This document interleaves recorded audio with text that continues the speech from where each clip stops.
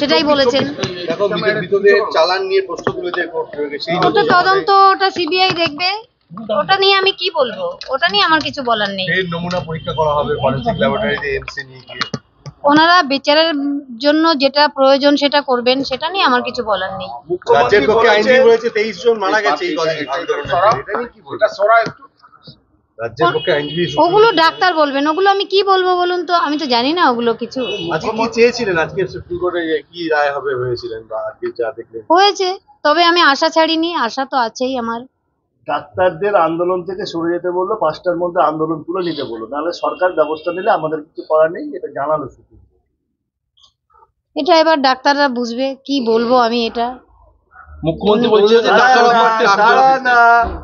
টাকার অফার দেওয়া হয়নি, উল্টে আপনার মেয়ের জন্য কিছু করতে চান কিনা সেটা জানতে চাওয়া হয়েছিল, এটা কি বলবো? একদম মিথ্যে কথা বলেছেন উনি।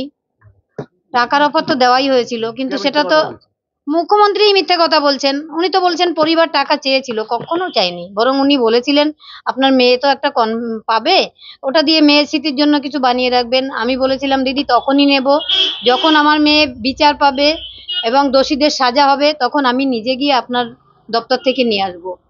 এটাই উনি বলেছেন যে কোনো টাকার অফার করা হয়নি। না, টাকার অফার তো অবশ্যই করা হয়েছে।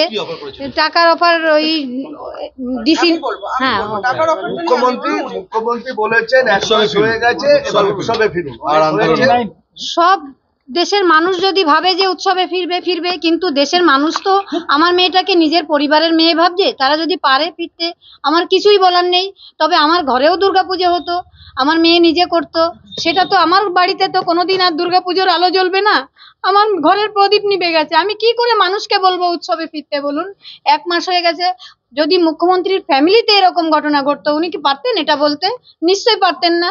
উনি বলছেন অনেক হয়েছে, অবরোধ করে হয়েছে, ক্ষতি হচ্ছে, পুজো আসছে সামনে, উৎসবে ফিরতে বলছে, এটা কি বলবেন? যে এটা মানুষের ওটাই তো বললাম, স্বতঃস্ফূর্ত আন্দোলন, মানুষ সবাই রাস্তায় নেমেছে। আমার মেয়েটাকে যেমন গলা টিপে ওখানে মারা হয়েছে, সব প্রমাণ লোপাট করা হয়েছে, ওটা এখন মানে আন্দোলনের গলা টিপে মারতে চেয়েছেন, আর কি বলবো। সুপ্রিম কোর্ট তো একে একে মুখ্যমন্ত্রী স্বয়ং দিদি বলো, যে মিথ্যা কথা বলছে আমাদের দিদি, আমাদের নামে মিথ্যে কথা বলছে। আমরা আমাদের মেয়ে চলে গেছে, সেখানে আমরা মিথ্যে কথা বলবো?